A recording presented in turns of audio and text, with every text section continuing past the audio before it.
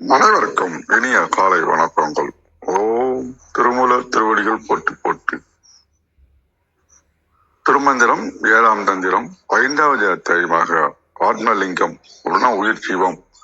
இதுல 2வது பாடல் 1554 என்று நாம் சிந்திக்கின்றோம்.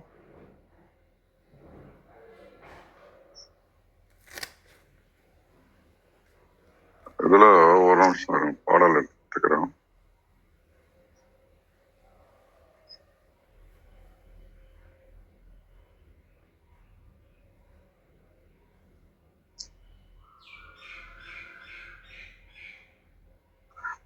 இந்த மந்திரம் பார்த்தோம்னா, ஆதாரமாயே ஆகின்ற விந்துவும் மேதாதி நாதமும் மீதே விரிந்தன, வாதார விந்து அது பீத நாதமே, போதாத லிங்க புணர்ச்சியது ஆமே அப்படின்னு கொஞ்சம் வார்த்தைகளும் புரிந்து கொள்ளுதலும் கடினமாக இருக்கின்றதா கொஞ்சம் உணர்றேன். இந்த ஆதாரமா தெய்வம் ஆகின்ற விந்துவும் அப்படின்னாக்கா, உலக அனைத்துக்கும் அடிப்படையாக இருக்கின்ற, ஆதாரமாக இருக்கின்ற, தெய்வ வடிவமாக இருக்கின்ற விந்து சக்தி, அதாவது ஒளி சக்தியை சொல்றாங்க. மேதாதி நாதம்னா அதற்கு மேல ஆதியிலிருந்து எல்லாவற்றையும் இயக்குகின்ற ஆற்றலாக, சக்தி வடிவாக, ஒளி வடிவாக இருப்பதாக இந்த 2வது வரி நமக்கு குறிப்பிடுகின்றது. மீதே விரிந்தன அப்படின்னு சொல்லும் போது ஒன்றோடு ஒன்று பிணைந்திருக்கிறத சொல்றாங்க. அண்ட சராசரங்கள் அனைத்திலும் பரவி இருக்கின்றன. ஆதார விந்து அதிபீட நாதமே. இதுல கீழே இருக்கிறது விந்து சக்தி சிவலிங்கத்தின் அடிபீடமாகவும், அதற்கு மேல மேல் பகுதி நாதசக்தி லிங்கமாகவும் அமைகின்றதா இந்த பாடல் திருப்பி நமக்கு உணர்த்துறாரு. இதுல கடைசி வரி பார்த்தீங்கன்னா, போதாலிங்கம் புணர்ச்சி அது ஆமேன்றார். எப்போதுமே ஒன்றை விட்டு ஒன்று பிரியாத நிலை, 2 பேராற்றல்களும் விந்து நாதம்னு சொல்லலாம், இல்லை சக்தியும் சிவம்னு சொல்லலாம், ரெண்டும் ஒன்னா கலந்து நிக்கிறது ஆத்மலிங்கம் அப்படின்றது. இப்ப நம்ம உடலுக்குள்ள அந்த பிண்டத்துக்கும் பிரபஞ்சத்துக்கும் அண்டத்துக்கும் எப்படி இறைவன் இரவியும் ஆத்மலிங்கமாக இணைந்து வீட்டிருக்கிறார்கள் அப்படின்றதுதான் ஆன்மீக தத்துவத்துல இந்த பாடல் ரொம்ப விளக்குறாரு. இந்த விந்துநாதம்னு இருக்கு இல்லைங்களா, விந்துநாதம்னாலும் ஒளினாலும் ஒண்ணுதான். பிரபஞ்சத்துல படைக்கிறதுக்கு மூலமா இருக்கிறது ரெண்டுமே தேவை, ஒளியும். சைவ சாந்தல் என்ன சொல்லுவாங்கன்னா, இந்த விந்துன்றது சக்தி இறைவி, நாதம்ன்றது சிவம் இறைவன். இரண்டுத்தின் வடிவமாக நம்ம இங்க 2 பேராற்றல்களும் அண்டசரால் எங்கும் நீக்கமர நிறைந்திருக்கின்றன. இதுல நம்ம வழிபடக்கூடிய லிங்கம் வடிவம் அமைப்பு பார்த்தீங்கன்னா, வட்ட வடிவமா கீழ்ப்பகுதி இருக்கிறது பீடம், அது விந்து சக்தியை குறிக்குது. மேல எழுந்து நிக்கிறது, தூண் போல நிக்கிறது பானம் அல்லது கண்டம், இது நாதசக்தியை குறிக்குது. உடல்ல உள்ள உரைகின்ற ஆன்மா நாம உணர முற்படும் போது இது ரெண்டும் வேறல்ல, சக்தியும் சிவனும் வேறல்ல, பிரிக்க முடியாதபடி ஒன்றாக இணைந்து இயங்குபவை அப்படின்றத அறியலாம் அப்படின்றார். உள்ள நம்ம ஆன்மாவை உணரும் போதுதான் இதை உணர முடியும் அப்படின்றார். நம்ம ஆன்மாவே பாத்தீங்கன்னா அந்த சிவசக்தி இணைந்த ஆன்மலிங்கம் அப்படின்னு உணர்வதுதான் ஞானம் அப்படின்னு நமக்கு ஒரு புரிதலை குறிக்கின்றார். அகில உலகத்துக்கும் ஆதாரமா இருக்கின்ற ஒளின்னு சொல்லக்கூடிய விந்துவும், ஒளி என்று சொல்லக்கூடிய நாதமும், அந்த ஒளி லைட்டு, பிரிடி சொல்ற ஒளி சவுண்டு, பிரியாமல் இணைந்து நிற்பது சிவலிங்க வடிவமாகும் அப்படின்னு சொல்லலாம். இதுக்கு ஒரு கதை சொல்லணும் அப்படின்னாக்கா, 2 சீடர்கள் இருந்தாங்க, விமலன் நாதபிரியன். 2 பேரும் ஒரு நாள் ஆசிரமத்துல வச்சு சிவலிங்கத்தினுடைய உண்மை பொருளை நீங்க உணர்ந்து வர வேண்டும் அப்படின்னு ஒரு போட்டி வைக்கிறாரு. முதல்ல விமலன் போறான், சிவலிங்கத்தின் கீழ்ப்பகுதிய நல்லா ஆராய்ச்சி பண்றான். அவன் மனதுல ஒரு எண்ணம் உதிக்குது, இந்த உலகமே தோன்றதுக்கு காரணம் பராசக்தி தான், அதனால எல்லாவற்றையும் தாங்கி நிற்பது பீடம்தான், பிரபஞ்சத்தின் அனைத்து வடிவங்களும் ஒளிரும் விந்தும் சக்திக்கும் ஆதாரம் இருப்பதெல்லாம் இந்த தாய் தான், எனவே உலக இயக்கும் பேராற்றலே முதன்மையானது அப்படின்னு நினைச்சுக்கிட்டு குரு கிட்ட வந்தான். அடுத்து சென்ற நாதப்பிரியன் சிவலிங்கத்துக்கு மேல இருக்கிறத பார்க்கறான், பானத்தை பார்க்கறான். அவனுக்கு ஒரு சிந்தனை ஓடியது, எல்லா ஒளிகளும் வேத நாதங்களும் பிரணவத்துக்கு மூலமாக தான் இருக்கின்றது, மேல் பகுதி தான் நமக்கு அசைக்க முடியாத மாறாத சிவமே எல்லாவற்றுக்கும் மேலானது அப்படின்னு இவன் நினைச்சுக்கிட்டு குரு கிட்ட வரான். 2 பேரும் வந்து தாங்கள் கண்ட உண்மையை விவாதிக்க தொடங்குறாங்க. அப்ப இவன் சொல்றான் சக்தி தான் பெரியது, இந்து தான் பெரியது. நாதன் சொல்றான் சிவமே பெரியது, நாதப்பிரியன் வந்து சிவமே பெரியதுன்றான். விவாதம் முட்டிக்குது. கடைசியில குரு 2 பேரையும் அமைதிப்படுத்திட்டு நெய் விளக்க காமிக்கிறாரு. அப்ப விளக்க பாருங்கன்றாரு. இதுல நெய் எது, எரியும் சுடர் எது அப்படின்னு கேட்டாரு. விமலன் சொன்னா குருவே நெய் கீழே இருக்குது, அதுதான் சுடர் எரி ஆதாரமா இருக்கிறதுன்னா. நாதப்பிரியன் சொன்னா இல்லைங்க ஐயா, நெய்யிலிருந்து மேல வர்ற வெளிச்சம் தான் சுடர், அதுவே சுடர் தானே குரு அப்படின்றான். அப்ப நல்லா புரிஞ்சுக்கிங்க, நெய் இல்லாம சுடர் இல்லை, சுடர் இல்லாமல் நெய் இல்லை. அப்ப வெளிச்சம் அப்படின்றது நெய்யினாலும் இரண்டும் ஒன்றுக்கொண்டு தேவையானது. அதுபோலதான் சிவலிங்கமும் உலகை தாங்கும் ஆதாரமாக பீடம் இருப்பதும், சக்தி வடிவமாக அதன் மேல் விருந்தி விளங்கும் பேரொழியாக பிரணவ நாதம் இருப்பதும் சிவத்தினுடைய வடிவம். தொடர்ந்து அண்டவெளியில வந்து ஒளியும் எப்படி பிரிக்க முடியாதபடி கலந்து விருந்து கிடைக்கின்றதோ அதுபோலதான் உடலுக்குள்ளும் இந்த 2 ஆற்றல்களும் இணைந்து உள்ளன. நெய்யும் சுடரும் போல சக்தியும் சிவமும் ஒன்றாக புணர்ந்து நின்று நமக்கு பேரொழியை கொடுக்கின்றது. அதுதான் போதா லிங்க புணர்ச்சி அப்படின்றாரு இங்க திருமூலர். இத உங்களுக்குள்ள உணரும் போது உங்க ஆன்மா சிவலிங்கமாகவே மாறிவிடுகின்றது.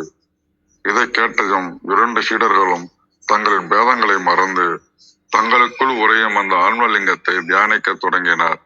நாமும் உலக விஷயங்களில் எது உயர்வு எது தாழ்வு என்று புரிந்து பார்க்காமல் எல்லாவற்றிலும் சிவசக்தி கலந்திருப்பதை உணர்வதே திருமந்திர பாடலாகும். டே டு டே அப்ளிகேஷன்ல பாத்தீங்கன்னா பிரணாயாமம் தியானம் பண்றது நல்லது. ஏன்னா நம்ம வந்து இந்த விழிப்புணர்வு மூலமாக ஆன்மாவை நாம் நோக்கி உணர ஆரம்பிக்கணும். அது மாதிரி செய்யும் போது பேச்சில தெளிவும் மௌனமும் நமக்கு உருவாக ஆரம்பிக்கும். அப்ப சிவசக்தின்றது என்னன்னு பாத்தீங்கன்னா சமநிலை, எண்ணமும் செயலும் ஒன்றாக இருக்கணும். அந்த ஒரு கேட்டகரி நமக்கு தேவை. அப்ப சிவலிங்க வழிபாட்டை வெறும் சடங்காக பார்க்காமல் நமக்குள்ளே அறிவையும் ஆற்றலையும் ஒன்றாக இணைத்து விழிப்புணர்வுடன் வாழ்வதே இப்பாடலின் நிஜமான நடைமுறை என்று கூறி தளத்தை கௌரி அம்மாவிடம் ஒப்படைக்கின்றேன். மிக்க நன்றி. நன்றிங்கய்யா, மிக அருமையா, மிக அருமையான விளக்கம், நல்ல அறிவுரைகள் இருந்ததுங்க. மிக்க நன்றிங்க. வாங்க விந்தியாம்மா, வணக்கம். அனைவருக்கும் வணக்கம். ஓம் சிவசக்தி போற்றி, ஓம் திருமூலரே போற்றி. 1754வது திருமந்திரம். நாதபிந்து ஞான வடிவம் லிங்கம். திருமந்திரம். ஆதாரம் ஆதேயம் ஆகின்ற விந்துவும் மேதாதி நாதமும் மீதே விரிந்தன. ஆதார விந்து அதிபீட நாதமே, போதா லிங்க புணர்ச்சியது ஆமே.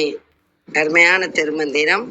படைப்புக்கு காரணமாகவும் ஆதாரம், அதை தாங்கும் நிலைப்பு ஆற்றலாகவும் ஆதேயம், உள்ள ஒளி விந்து ஓசையும் மேதாதி நாதமும் ஒன்றின் மேல் ஒன்றாக தோன்றி விரிந்தன. ஆதாரமான விந்து ஆதேயமான பீடத்தை நிலைப்பு ஆற்றலாக கொண்டு விளங்குகிறது. ஞான வடிவான சேர்க்கை இதுவே ஆகும். மேதாதி நாதம் உகாரக்கலை, போதா ஞானம். கழக வெளியீட்டில் தூமாயையின் கண் தோன்று விந்து தாங்குவதாகிய ஆதாரமாகும். அதனால் தாங்கப்படுவதாகிய நாதம் ஆதேயமாகும். இவ்விரண்டும் திருவருளால் உலகமாய் விரிந்தன. ஆதார விந்து சிறந்த பீடமாகும். நாதமே சிவலிங்கமாகும்.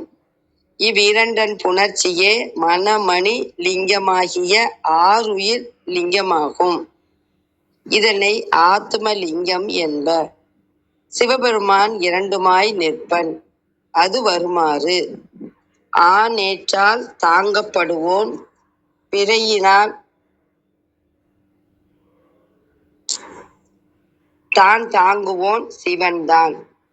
ஆதேயம் ஆதாரத்தில் நிலைத்து உள்ளது. அனைவருக்கும் நன்றி, வணக்கம்.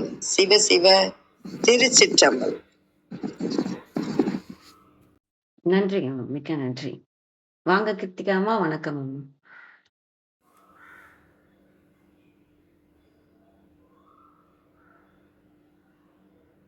வணக்கம். அனைவருக்கும் இனிய காலை வணக்கம். இந்த மந்திரத்துல நம்மள சுத்தி இருக்கக்கூடிய அந்த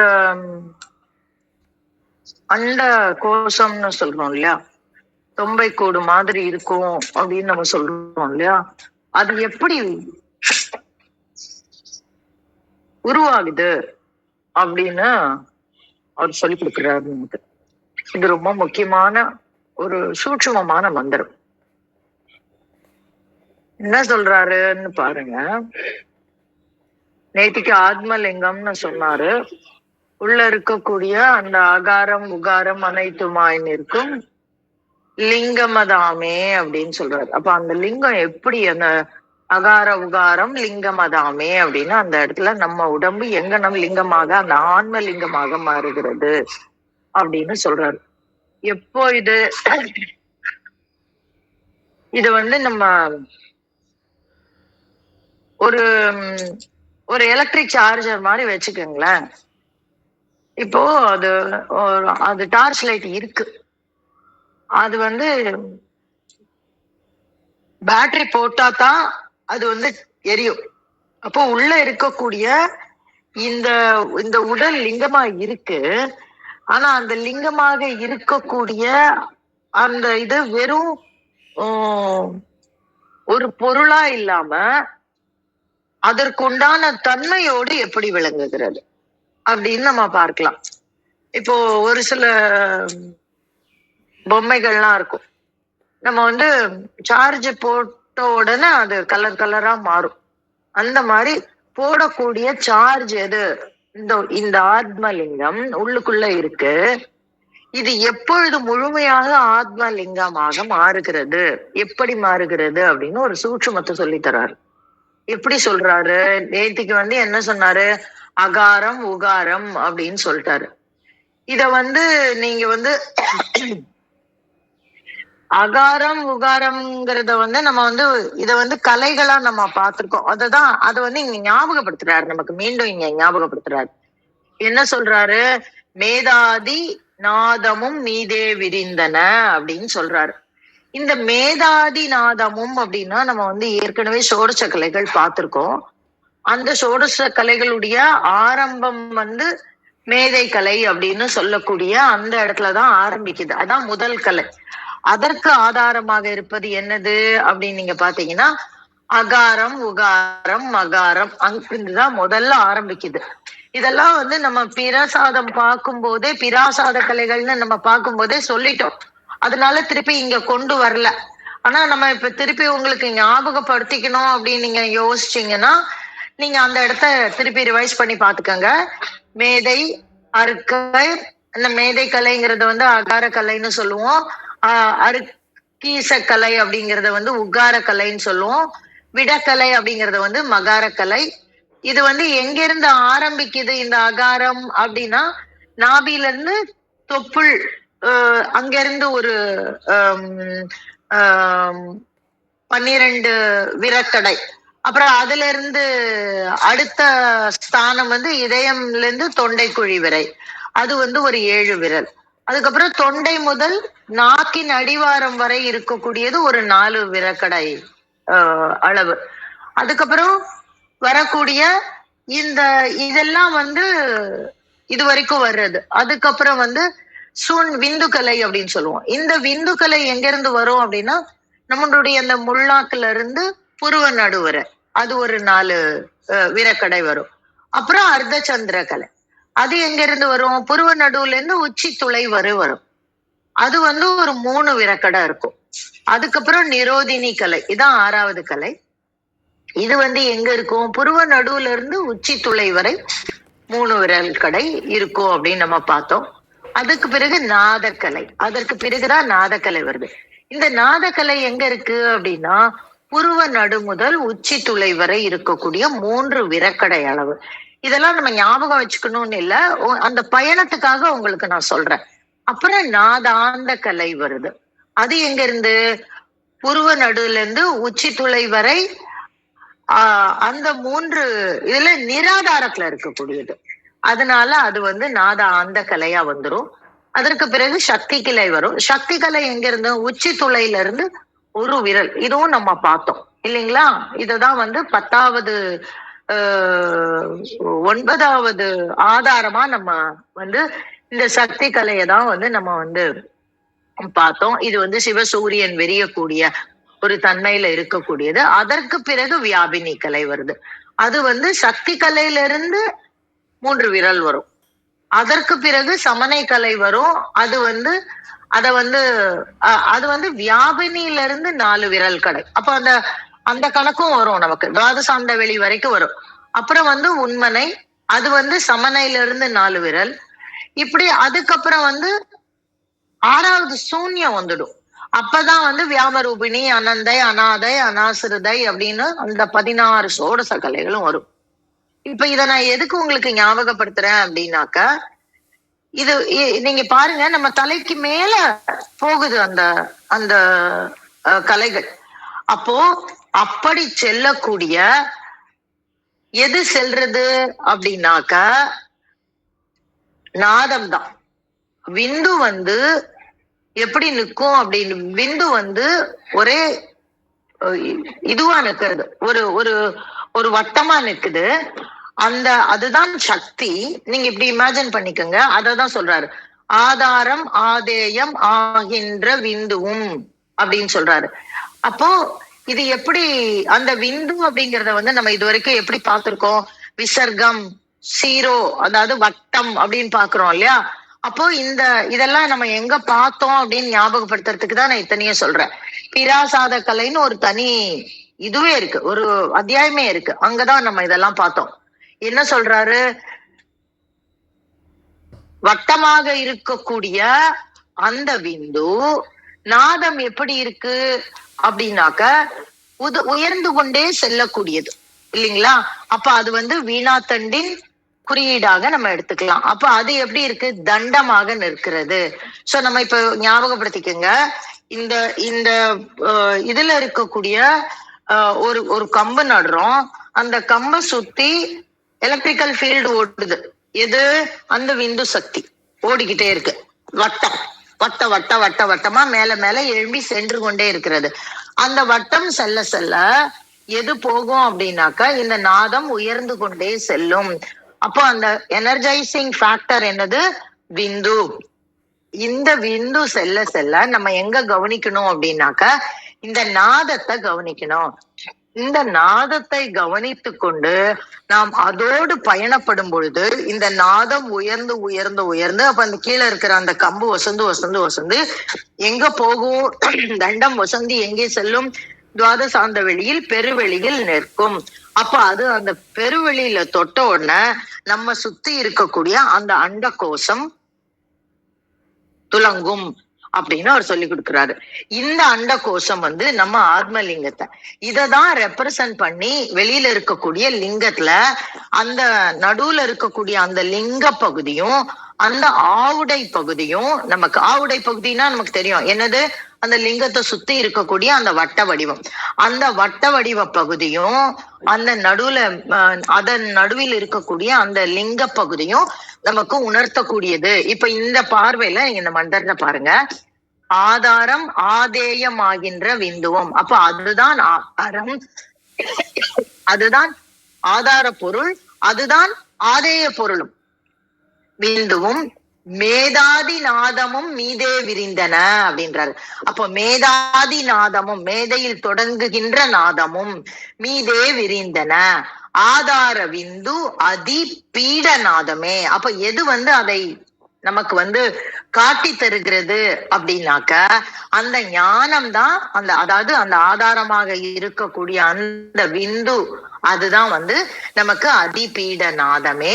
போதாவி லிங்க புணர்ச்சிய தாமே அப்படின்றாரு. அதாவது இந்த இந்த சக்தி அலைகள் பெருக பெருக பெருக நாதம் பெருகும். அந்த நாதமும் விந்துவும் சேர்ந்து இருக்கக்கூடிய அந்த புணர்ச்சினா சேர்ந்து இருக்கக்கூடியது. அதுதான் எது அப்படின்னாக்க நம்மளுடைய அந்த அண்டகோசம். அந்த அண்டகோசம் தான் ஞானமாக அறிவான பீடமாக நமக்கு விளங்குகிறது. அப்படின்னு எப்படி ஒரு அண்ட கோஷம் நம்ம சுத்தி உருவாகுது, அதுக்கு காரணமான நமக்குள்ள இயங்கக்கூடிய தன்மை எது? ஏன்னா ஆத்மலிங்கம்னு சொன்ன வரைக்கும் ஆத்மா பொருள் அல்ல. அப்ப அந்த பருப்பொருளை எப்படி ஆக்டிவேட் பண்ணணுங்கிறதுக்காக தான் அவர் இதுக்கு முன்னாடி இருக்கக்கூடிய போர்ஷன்ல எல்லாத்துலயும் அவர் நமக்கு சொல்லி கொடுத்துட்டாரு. இந்த உடம்பை எங்கன்னா மாத்துறது, அந்த உடம்புல எது லிங்கம், அந்த லிங்கத்துக்குள்ள இருக்கக்கூடிய ஆன்மா வரைக்கும் இப்ப தூக்கிட்டு வந்திருக்கிறாரு. அந்த ஆன்மா எங்கனம் நம்முடைய இந்த பேரண்ட கோஷத்தோடு தொடர்பு கொள்ளும். அதற்கு உண்டான ஆதாரமான விஷயம் என்ன, ஆதேயமான விஷயம் என்ன அப்படின்னு அவர் சொல்லி கொடுக்கிறாரு. இத நீங்க நான் எல்லா பகுப்பு இதுலயும் இருக்கான்னு தெரியல. ஆனா ஒரு குட்டி படம் இருக்கு. நான் வேணா அத போட்டோ எடுத்து நான் உங்களுக்கு அனுப்பிச்சு விடுறேன். உங்களுக்கு நான் சொல்றது இன்னும் அழகா புரியும். நடுவுல ஒரு அந்த விந்துநாதமாக சொல்லக்கூடிய அந்த கோடு, அதை சுத்தி இருக்கக்கூடிய அந்த சக்தி நிலைகள், அந்த விந்துவோட சேர்க்கையும் இந்த நாதத்தினுடைய தண்டத்தினுடைய சேர்க்கையும் இரண்டினுடைய புணர்ச்சி எங்கனம் நம்மை சுற்றி இருக்கக்கூடிய அந்த தொம்பை கூட அந்த அண்டகோஷத்தை உருவாக்குறது அப்படின்னு நம்மளால புரிஞ்சுக்க முடியும். ரொம்ப முக்கியமான மந்திரம். இத நீங்க நம்ம பயிற்சி பண்ணும்போது இன்னும் ஆழமா புரிஞ்சுக்க முடியும் நம்மளால. நம்ம உள்ள தோன்றக்கூடிய பலவித விஷயங்களுக்கு, அனுபவங்களுக்கு இது பதில் சொல்லும் என்ன நடக்குது அப்படின்னு. இந்த பகுதியில எல்லாம் வரும்போது திருமூலரோட நான் நிறைய கம்யூனிகேஷன் நடந்திருக்கு. ரொம்ப அற்புதமான மந்திரம். அதை உங்களோடு பகிர கிடைத்த இந்த காலை வேளைக்கு நன்றி சொல்லி என்னுடைய பகிர்தலை முடித்துக் கொள்கிறேன். ஏதாவது கேள்வி இருந்தா கேட்கலாம். இல்ல நீங்க சொல்றது ஏதோ குழம்புது, என்னால உள்வாங்க முடியலன்னாலும் நீங்க சொல்லலாம். ஏன்னா கேள்வியின் மூலமாக இன்னும் கொஞ்சம் விளக்கங்கள் வரலாம். சோ ஏதாவது இருந்தா கேளுங்க. நன்றி. நன்றிங்கம்மா. மிக அருமை. மிக அருமையான விளக்கம் கொடுத்துருக்கீங்க. கேள்வி இருந்தாலும் கேட்கலாம்.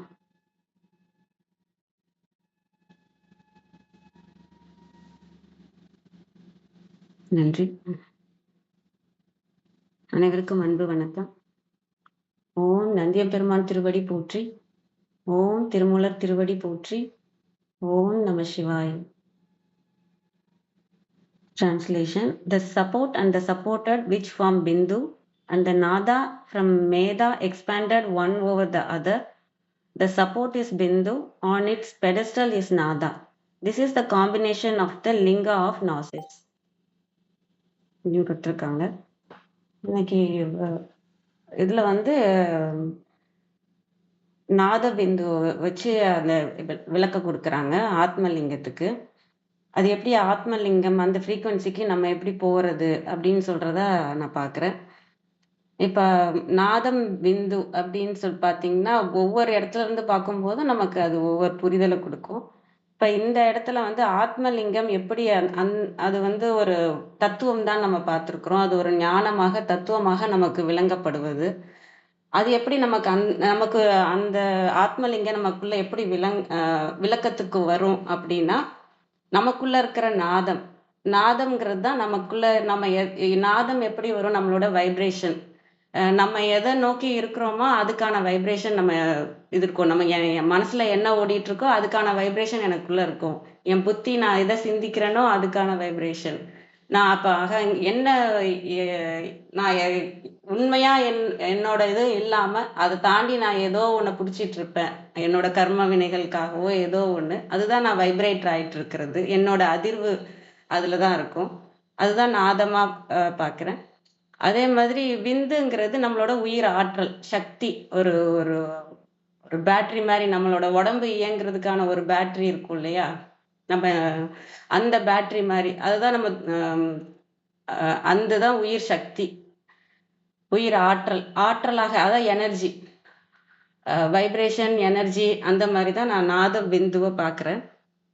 நம்ம இதில் பார்த்தோம் இல்லையா, இந்த ஸ்ரீ சக்கரத்தில் கூட அந்த விந்து சக்தியிலேருந்து தான் அப்படியே விரியும், அப்படியே நம்ம அடுத்தடுத்த வைப்ரேஷனுக்கு நாதத்துக்கு தகுந்த மாதிரி அடுத்தடுத்த நிலைக்கு நம்மளால வர முடியும். திரும்ப நம்ம வந்து விந்து சக்தியோட பொருந்தணும்னா அதெல்லாம் திரும்ப ஒடுக்கம் பெற்று திரும்ப நம்ம விந்து சக்தியோட போய் சேர்றது. இங்கே இங்கே என்ன அதை சொல்றதா தான் நான் புரிஞ்சுக்கிறேன். ஆதாரம் ஆதேயம் ஆகின்ற விந்துவும் ஆதாரமாகவும் அந்த உயிர் சக்தி தான் இங்க இருக்கிற பொருளாகவும் எல்லாமும் அதுதான் இருக்கு, ஆதாரமாகவும் இருக்கு, அதுதான் லிங்கத்துல பீடமாகவும் இருக்கு. அதுதான் 3வது இதுல சொல்றாங்க, ஆதார விந்து அதிபீடமாகவும் இருக்கு. அதற்கு மேலதான் நாதம். நாதம் வந்து நம்மளால நம்ம எப்படி வைப்ரேட்ல என்ன வைப்ரேஷன்ல இருக்கிறோன்றது. அது இந்த உலகியல்ல இருந்தோம்னா நம்ம உலகியலுக்கான வைப்ரேஷன்ல இருப்போம், அப்புறம் அதுக்கான கர்ம வினைகளை கொண்டு வருவோம், அந்த மாதிரி போயிட்டு இருக்கோம். நம்ம இறைவனை நோக்கி அந்த மேதாதி நாதத்துக்கு நம்ம போயிட்டோம்னா அந்த மேதக்கலை மாதிரி மேல ஏற அந்த கௌரிமா கலைகளுக்கெல்லாம் நம்ம கௌரிமா நல்லா சொன்னாங்க. போயிட்டு வருதுமா.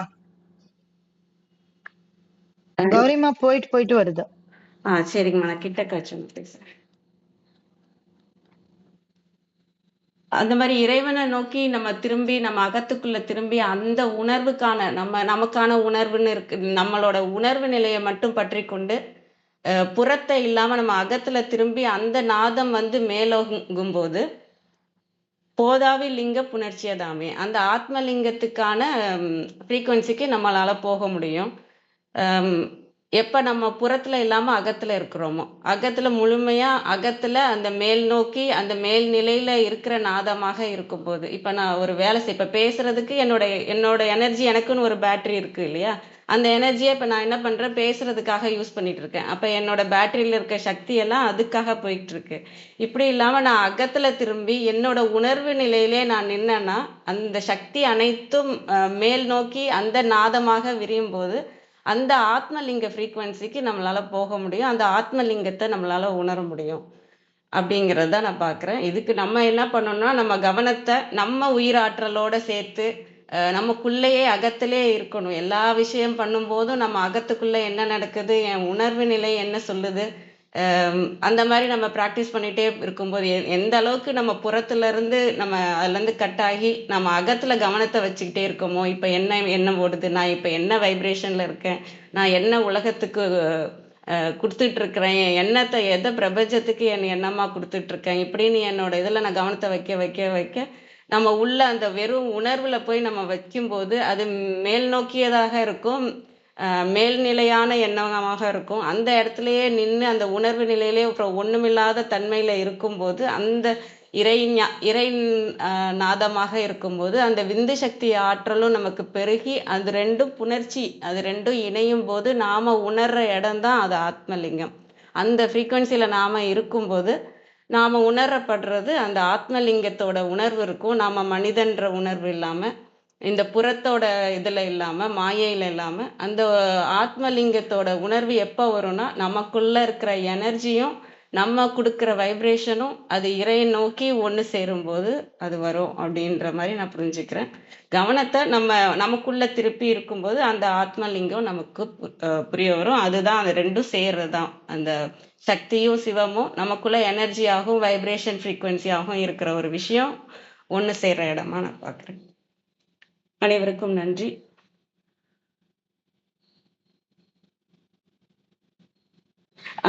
கிருத்திகாமா, இது மேதைக்கலை வந்து நாவிலேருந்து தான் தொடங்குது இல்லையாமா, அதுக்கு அடுத்தடுத்த கலையாக போகும்போதுதான் நம்ம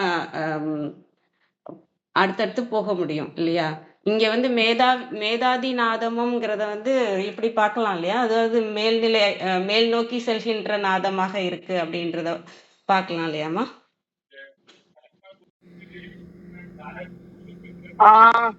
ஆமாமா, அதாவது மேதை கலை அப்படிங்கிறது வந்து நீங்க சொல்ற மாதிரி நாபில இருந்து தொடங்குறது தான். அதுல இருந்து ஆரம்பிக்கக்கூடிய அப்படின்னா அது ஆட்டோமேட்டிக்கலி மேல் நோக்கி போறதுதான். மேதை முதல் அப்படிங்கிறது தான் மேதாதி அப்படின்னு சொல்லுவோம். நம்ம இந்த வழக்கு இருக்கு நம்ம கிட்ட இன்னும். ஆதி முதல் அப்படின்னு சொல்லுவோம் இல்லையா? அப்ப எந்த ஆதி முதல்? மேத ஆதி முதல் அப்படின்னு மேல் நோக்கி செல்லக்கூடிய, அங்கிருந்து மேலே செல்லக்கூடிய அப்படின்னு அப்படிதான் பொருள் வரும். நன்றி நன்றிங்கம்மா. நிறைவு செஞ்சுக்கலாங்களா? வேற எதுவும் கருத்து இருக்குங்களா? கேள்வி? நன்றி, அனைவருக்கும் நன்றி. இன்று எங்களுடன் இணைந்த அனைத்து உள்ளங்களுக்கும் எங்களது மனமார்ந்த நன்றிகள். மீண்டும் நாளை காலை 6:30 மணிக்கு சந்திப்போம். தலம் நிறைவு பெறுகிறது. திருமூலர் திருவடிகள் சரணம் சரணம். திருமூலர் திருவடிகள் சரணம் சரணம். திருமூலர் திருவடிகள் சரணம் சரணம். அனைவருக்கும் நன்றி. ஓம் நம சிவாய.